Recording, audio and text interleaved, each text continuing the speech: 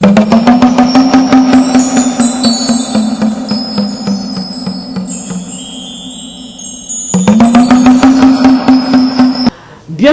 à vous, chers internautes, à votre émission L'invité du jour. Et pour ce numéro, nous avons le réel plaisir de recevoir encore sur ces plateaux, c'est un habitué de ces plateaux.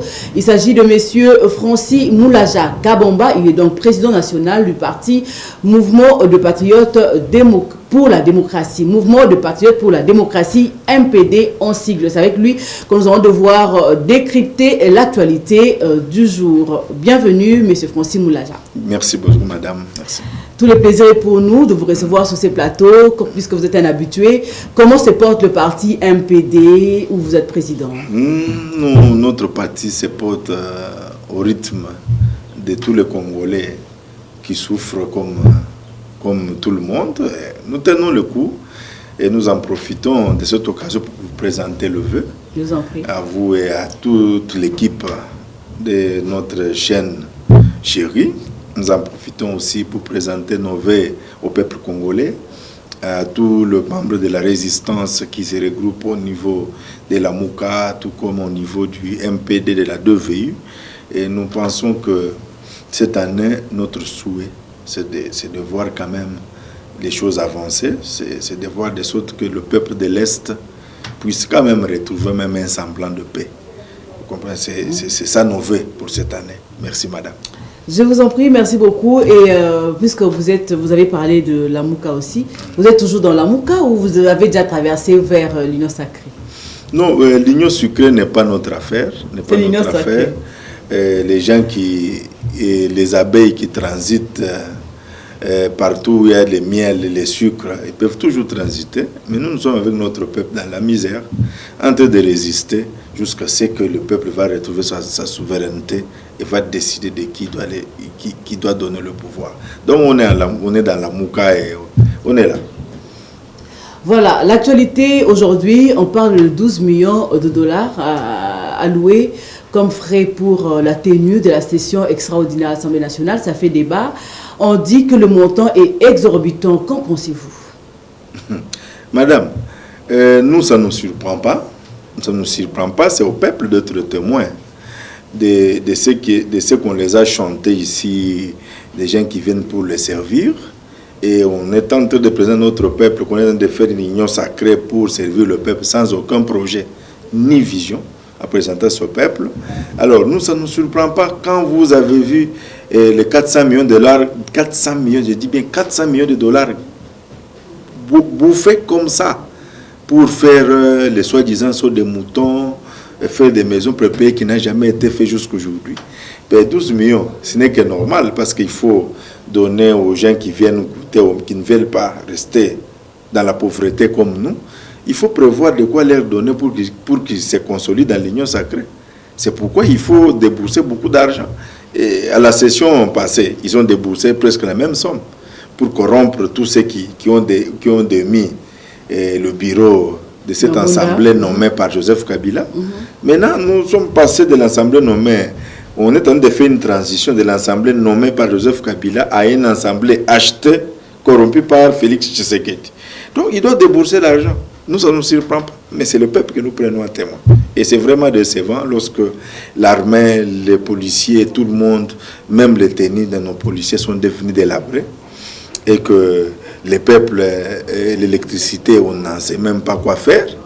Est-ce que vous savez que nos chaînes, même nos chaînes RTNC, sont bloquées au niveau des satellites parce que les RDC ne sait pas, la RDC ne sait pas honorer la facture qui est moins de 500 000 dollars.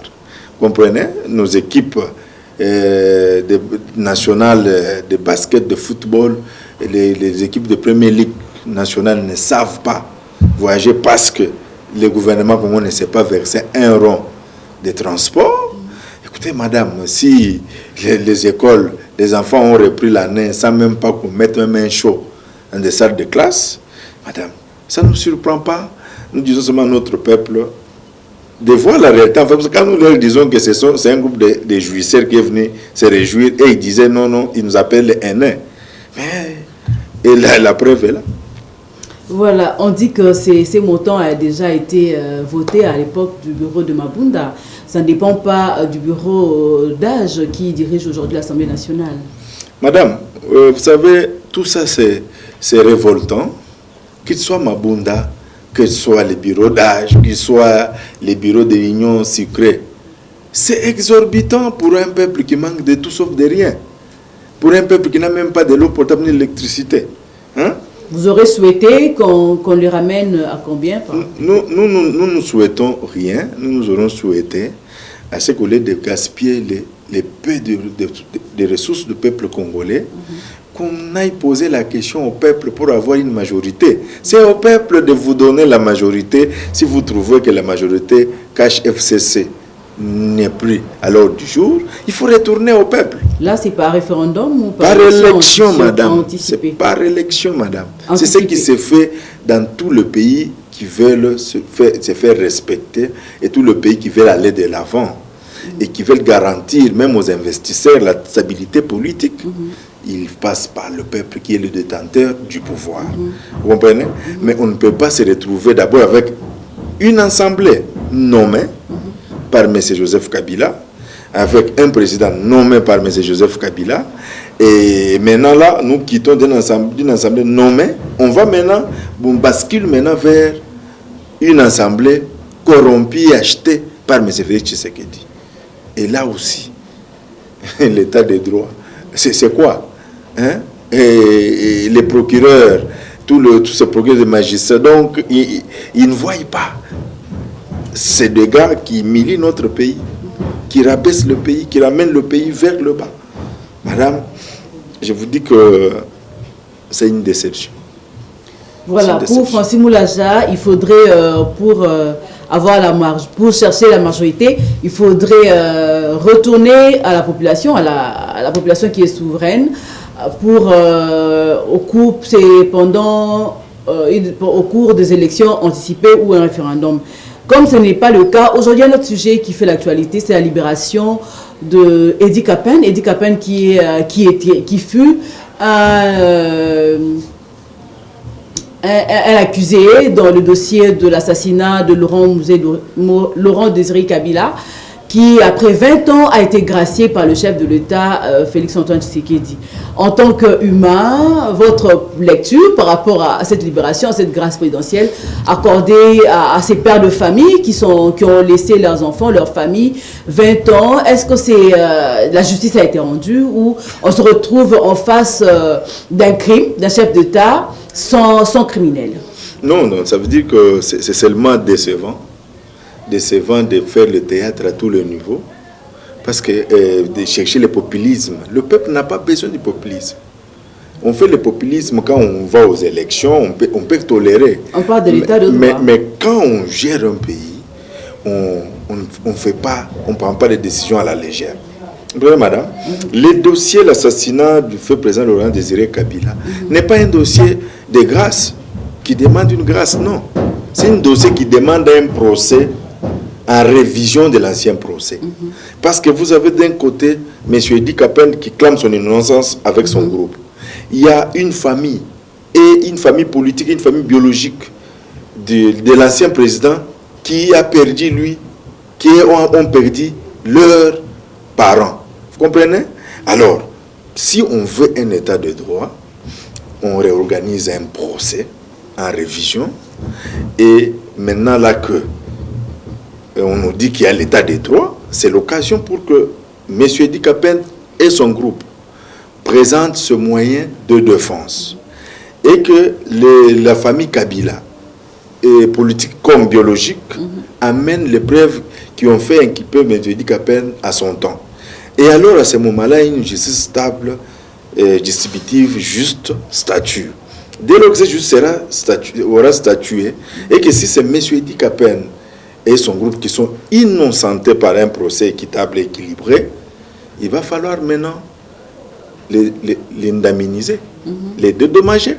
Parce que 20 ans en prison, vous avez, je m'excuse, un cahier de charge qui est complètement foutu. La grâce n'enlève pas ne corrige pas ton cahier de charge. Le casier judiciaire qui reste chargé d'un criminel qui a participé à l'assassinat d'un ancien chef d'État. Mais les messieurs, son groupe, tous ont perdu les droits politiques et civils dans notre pays. Et M. Edi Kapene a été relégué de l'armée. Chose grave, on lui donne encore des tenues militaires sans le réhabiliter. Je vois même des photos de M. Edi Kapene avec des galons de colonel. Mais je dis, mais nous sommes où? Or, par contre, et si M. Edi Kapene est tout à fait innocenté par un procès, il aura droit à être indemnisé, à pouvoir récupérer ses biens confisqués dans le temps et de récupérer le retard qu'il a connu dans l'armée, d'être réintégré dans l'armée et récupérer son retard. Vous comprenez? Mais alors, du côté de la famille Kabila, ils ont perdu quand même leur père. Et le peuple congolais a perdu quand même un président. Vous comprenez? Pour que ces choses-là n'appellent pas la vengeance de part et d'autre, il va falloir que, à travers ce procès-là, que les gens sont convaincus que vous avez amené telle preuve, et voilà que ça a été balayé par la partie adverse. Et si c'est la famille Kabila qui a raison, M. Edi Kapene et son groupe devraient purger leur peine. Et c'est à ce niveau-là. Une peine qu'ils ont déjà purgée. Non, ils devaient continuer parce que c'est à perpétuité, ce n'est pas 20 ans. À perpétuité, ce n'est pas 20 ans. Et ils devaient retourner en prison. Et à ce moment-là, la grâce pourra intervenir. Parce que là, il y a eu un procès qui a révisé l'ancien procès et que M. Edi Kapene est retombé encore. Il n'a pas su prouver son innocence. Maintenant, là, on peut le gracier tout en laissant son casier judiciaire surchargé parce qu'il est convaincu. Mais maintenant, là, qu'un père de famille qui a fait 20 ans en prison, peut-être ses enfants n'ont pas étudié. Et ça, peut-être qu'il n'a même pas où loger. Plusieurs préjudices. Plusieurs préjudices causés à quelqu'un. Et vous contentez de le gracier. À cette heure ici, il fait quoi? Il devient quoi? Au moins, il est libre. La liberté, c'est quoi? La liberté, c'est lorsque vous pouvez user de vos droits. Ça va? De vos droits. Les droits n'est pas seulement le droit de parler, de se promener. Les droits aussi d'élever ses enfants en toute sécurité. Les droits aussi d'avoir une personnalité respectable. Vous comprenez? Les droits aussi de travailler et d'avoir une promotion. Tout ça, ça fait partie du droit. Vous comprenez, madame? Alors, faire de ces miracles comme ça, tellement dans le but de faire danser les fanatiques. Mais les fanatiques la dansent déjà pour vous, monsieur Félix Tshisekedi. Ils dansent déjà pour vous. État de droit en action. Mais ça ne vous aide pas à diriger bien le pays. Moi, je pense que le mieux, c'est refaire le procès. Vous comprenez? Parce que dans ces conditions ici, la famille d'Edi Kapene reste toujours préjudiciée. Parce qu'il a tout perdu. Et Edi Kapene de lui et sa famille et ses enfants ont tout perdu. Famille Kabila ont perdu un parent. Et dans les deux parties, on ne sait pas comment chaque partie va réagir. Les jours où, dans un supermarché, un enfant Kabila entre, ils achètent, ils sont même rangés avec Edi Kapene. Qu'est-ce qui peut arriver? Qu'est-ce que M. Fils peut prédire, prévoir déjà à ce niveau-là? Vous comprenez? Parce que le procès n'est pas seulement d'un côté, c'est de deux côtés. Il n'y a qu'un procès qui peut pouvoir départager les gens, trancher et puis remettre chacun dans ses droits.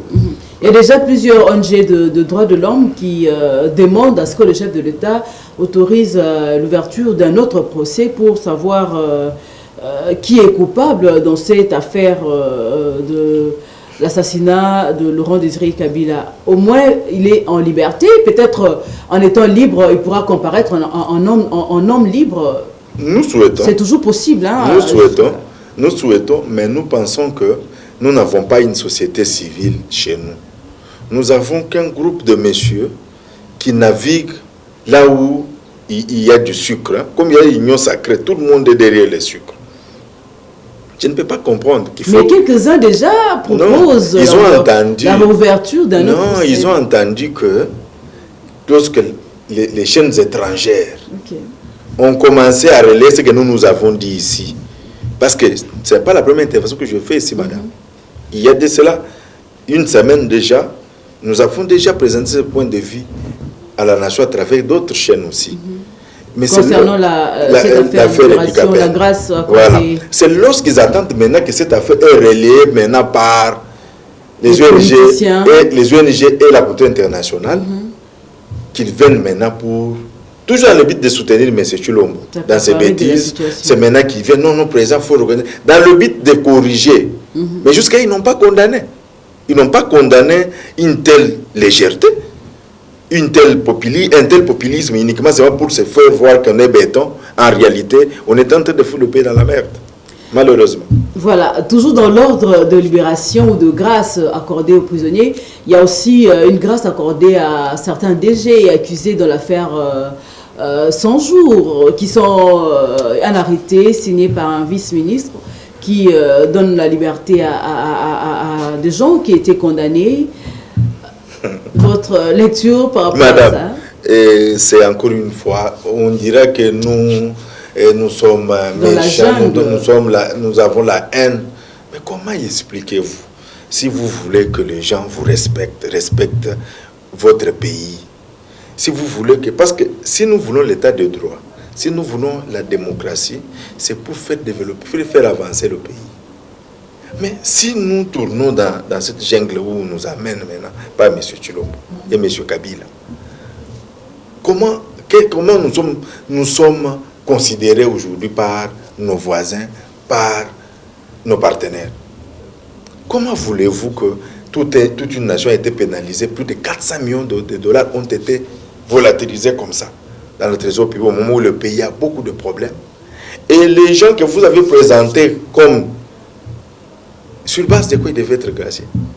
Si ce n'est pas seulement un arrangement de dire, mon cher Tokapolaki, bon, binobondi, makarapo, on a déjà mon peuple d'abord, état des droits, son gars avait mis les bosons en Okufa. C'est ça.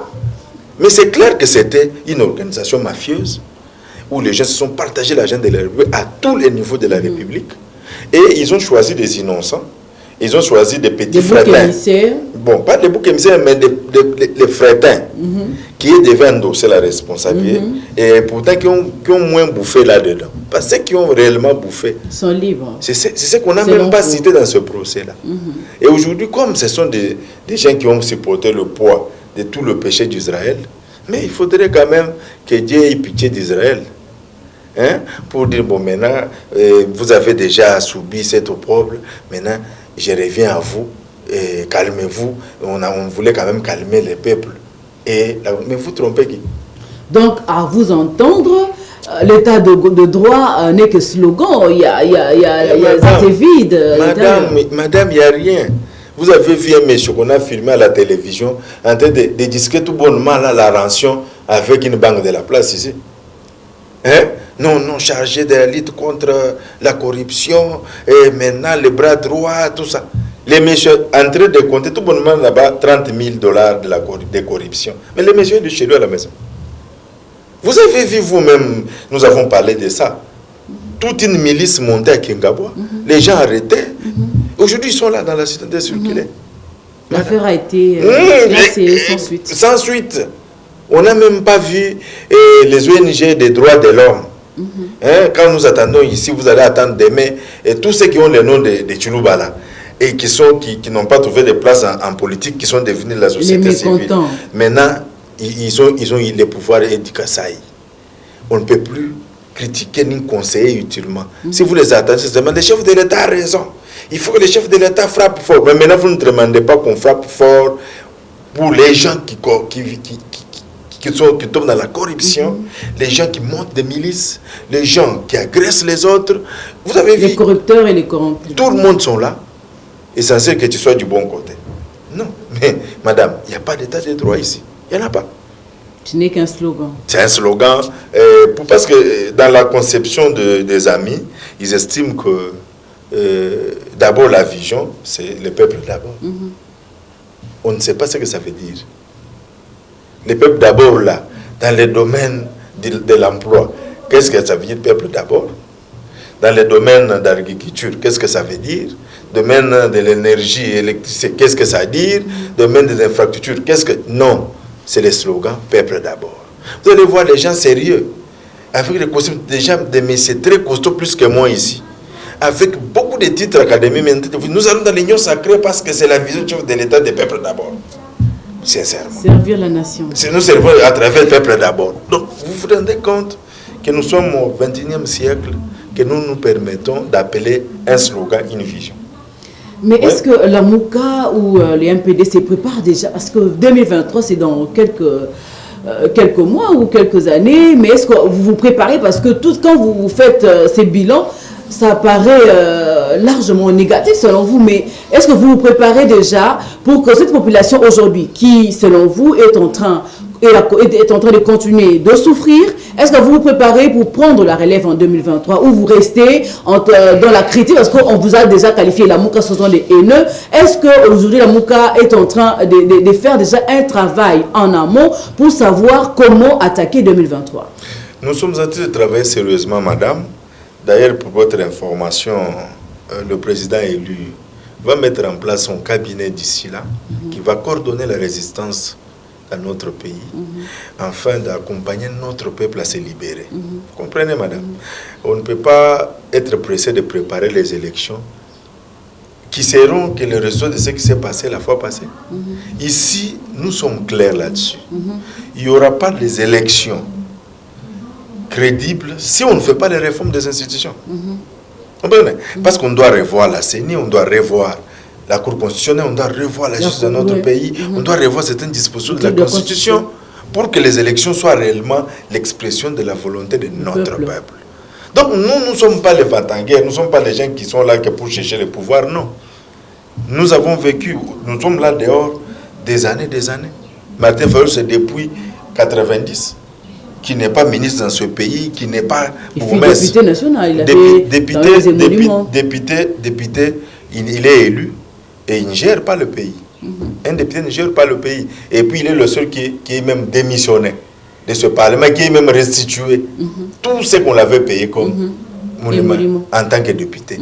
Donc vous comprenez? C'est pour dire que nous sommes de ceux qui pensent qu'on ne cherche pas le pouvoir pour le pouvoir. Mais il faut chercher le pouvoir pour faire avancer, pour laisser des traces dans votre pays. Ce pays doit avoir une élite. Ce pays doit avoir quand même des gens qui doivent dire la vie, on ne vit pas seulement pour le matériel.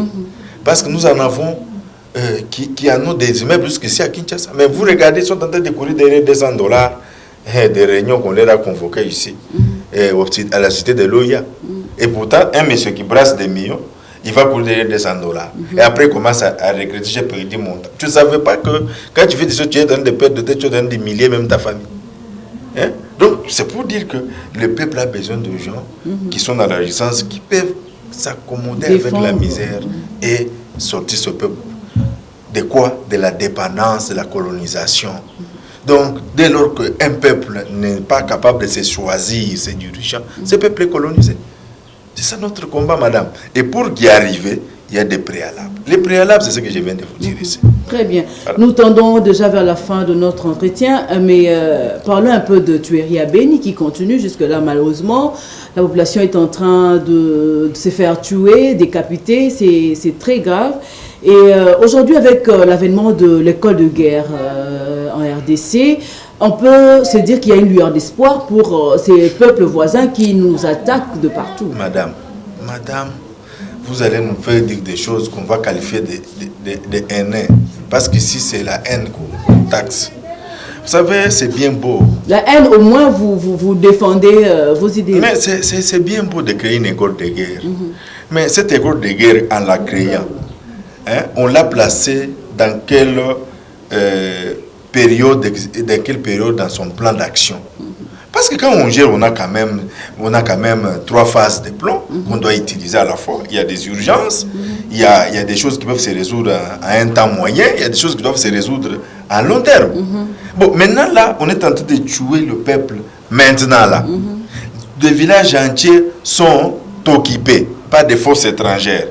Vous venez inaugurer l'école de guerre de 25 individus qui doivent être formés pendant, je ne sais pas, 2 ans. Au moins, il y a un début, hein? Mais est-ce que le début là, ce n'est pas la solution appropriée qu'on a besoin maintenant? Maintenant, là, on a besoin de sécuriser la population de l'Est et pour que... On vient de tuer quand même dans le parc de Virunga. Et pourtant, l'école de guerre est créée. Quel est l'impact que ça a eu à travers l'insécurité à l'Est? Et puis moi, je me pose la question. Est-ce que M. Félix Tshisekedi, s'il n'est pas en mesure aujourd'hui de pouvoir payer les militaires qu'il a promis lui-même, les derniers $500, s'il n'a même pas encore ajouté $20, M. Félix Tshisekedi va donner, qu'est-ce que l'investissement il va verser là-bas pour que cette école-là fonctionne? Non, c'est seulement... Donc ça veut dire qu'il s'inscrit dans la logique de créer les fake news. Donc la consommation du peuple, c'est ce que Mobutu disait. Il faut créer plus d'animation pour que les peuples se détournent de la misère et puis avec comme slogan « Heureux le peuple qui danse », mais qui a, même s'il est enfamé. Mais maintenant, sachant que c'est déjà dépassé, il n'y a plus un peuple qui va se mettre là-bas à danser pour quelqu'un seulement avec les promesses, non. Vous comprenez? Donc l'école de guerre, c'est bien, mais ce n'est pas un plan urgent. Pour le moment, ce n'est pas ça l'urgence. Pour le moment, mais j'ai vu que devait négocier avec la France pour dire, France, je suis en train de vous voir comment vous défendez les peuples maliens, les peuples nigériens, tchadiens. Venez défendre aussi mon peuple à l'Ituri à côté de mes troupes. Ça, c'est urgent. Et puis qui lui dit que tous les militaires ici qu'on entraîne, qu'on réforme, pourquoi? C'est pour faire la guerre, non? Madame, ça, ce sont des projets, ce qu'on appelle les éléphants blancs, des projets pharaoniques pour seulement donner des fake news à la population. Mais le problème de l'Est, c'est un problème très sérieux. Le pays est occupé, mais ce fait doit cesser de se distraire. Et qui ne croit pas qu'il est dans de distraire le peuple congolais, parce que le peuple est en train de voir comment les gens meurent à l'Est. Et ces gens qui meurent ne se réveilleront pas les jours où les gens qui sont formés dans l'État, dans l'école de guerre, vont terminer la formation et vont aller ressusciter ce qu'on est en train de tuer aujourd'hui. Mais moi, je pense que ce projet-là peut être mieux. En tout cas, ce n'est pas une urgence. Oui. L'urgence, c'est l'intervention de l'armée pour sécuriser la population innocente à l'Est. Voilà l'urgence. Très bien. Voilà un dernier point pour finir. Aujourd'hui, le FCC est prêt. C'est dit prêt, si ça ne marche toujours pas. Ils sont prêts à aller à l'opposition aux côtés de la Mouka. Comment est-ce que ça vous fait? Ça vous dérange? Madame, nous ne sommes pas dans l'opposition. Non. La Mouka n'est pas dans l'opposition. La Mouka n'est pas nous sommes les résistants. Dans les affaires non plus. Non, nous sommes les résistants. Nous sommes les légitimes qu'un groupe de gens FCC cache ont dépouillé le pouvoir. Les légitimes sans impérium. Oui. Parce qu'on nous a volé notre impérium par FCC cash. Donc, qu'ils fassent ce qu'ils veulent. Ok, mais nous savons qu'ils sont responsables de ce qui arrive aujourd'hui. Ça va? Et ils ne peuvent pas se plaindre de ce qui arrive parce que nous avons tant dénoncé, même sur votre plateau ici. On ne peut pas, si on veut servir un peuple, refuser la volonté d'un peuple pour vous servir vous-même. Et ils vont rendre compte à la nation. Et les gens de cash, ce peuple ici va leur demander des comptes et ils seront sanctionnés sévèrement par l'histoire de notre pays. Vous comprenez? Donc, ils n'ont qu'à accepter leur propre turpitude. Hein? Ils n'ont qu'à accepter ça. S'ils veulent aller dans l'opposition libre à eux, s'ils veulent comme ils sont déjà, comme leur deuxième enfant, c'est aujourd'hui l'union sacrée. Vous allez tous les retrouver là-bas demain vous les verrez, ils vont faire l'union salée. Parce que l'union sacrée, c'est qu'ils ne se retrouveront pas. Parce que tous ces gens ne se retrouveront pas. Dès qu'ils vont se retrouver, vous allez trouver les mêmes gens. Ils vont faire l'union salée. Et vous allez voir qu'ils vont s'entretaper entre eux parce qu'ils font des choses sans idéal. Donc nous n'avons pas le monopole d'inscrire ni de dire c'est tel ou tel opposant. Non, c'est au peuple de dire qui est-ce qu'il a besoin, qui est-ce qui le défend. Alors, s'ils choisissent de venir habiter avec le peuple, qu'ils quittent leur maison climatisée, qu'ils vendent aussi d'autres, pour venir quand même partager la misère avec le peuple. Parce que s'ils vendaient un peu, tout ce qu'ils ont en magasin depuis l'époque de Mobutu, ils vendent même la moitié de leur patrimoine là. Je vous assure qu'ils peuvent faire des grandes fermes. Vous comprenez? Au lieu que leur chef Félix Tshisekedi aille chercher les brigards qui viennent investir avec 5 milliards, et jusqu'aujourd'hui, on ne voit même pas un hectare de manioc. Mais eux, s'ils peuvent venir demander pardon au peuple, vendre un peu de patrimoine qu'ils ont, faire comme notre ami de la Bible ici. Quand il trouve Jésus, il montre Jésus, je dis, mais monsieur, je mange, je dis, papa, je suis prêt à...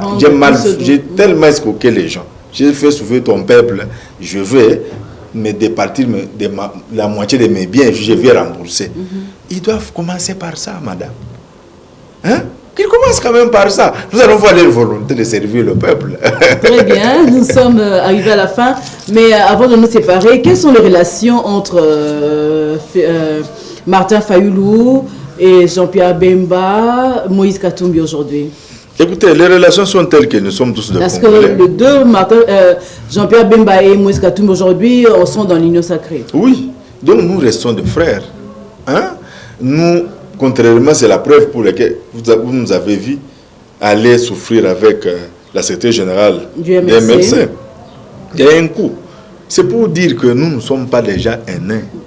Nous disons que nous les amis, pas des ennemis, nous ne sommes pas des amis, ont choisi leur chemin librement. Nous restons de frères. Mais du moins, chacun se bat pour ses objectifs à lui. Donc, il n'y a pas de problème là-dessus. Hein? Monsieur Moïse Katumbi, monsieur Jean-Pierre Bemba sont des Congolais, des leaders politiques, qui ont beaucoup de gens derrière eux et qui ont donné l'espoir à beaucoup de Congolais.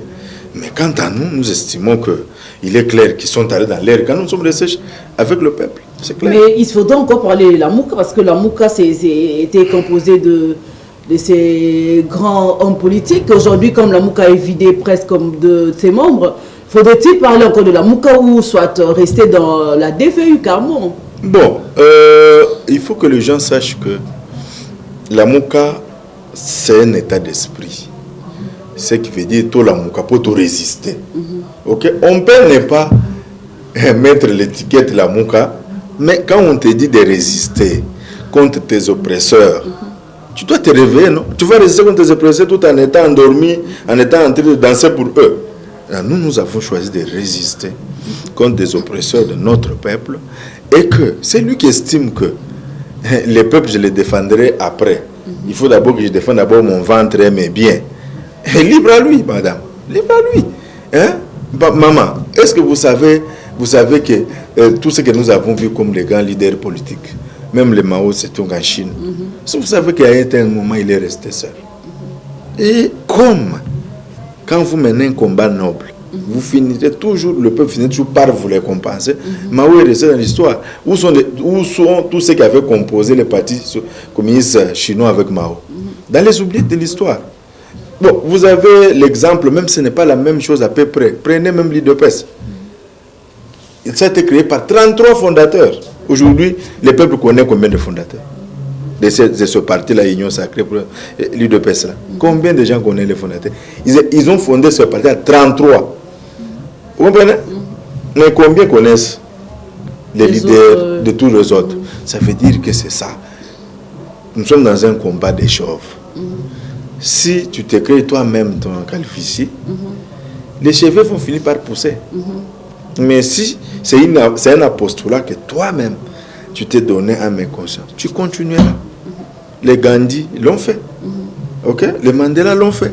Mais combien ont commencé avec les Mandela qu'on connaît aujourd'hui? Très bien. Voilà, madame. Merci beaucoup. C'était vraiment un plaisir C'est toujours un plaisir de vous recevoir sur notre plateau et tout est bien qui finit bien. Je dis merci à ceux qui étaient derrière la caméra, Eric Ewela, Laetitia Tchakala. Merci à vous, Francis Moulaja, pour à chaque fois que nous vous invitons, vous répondez favorablement à notre invitation et à vous tous qui nous suivrez à travers YouTube. Nous vous disons merci et à très bientôt. Au revoir. Au revoir.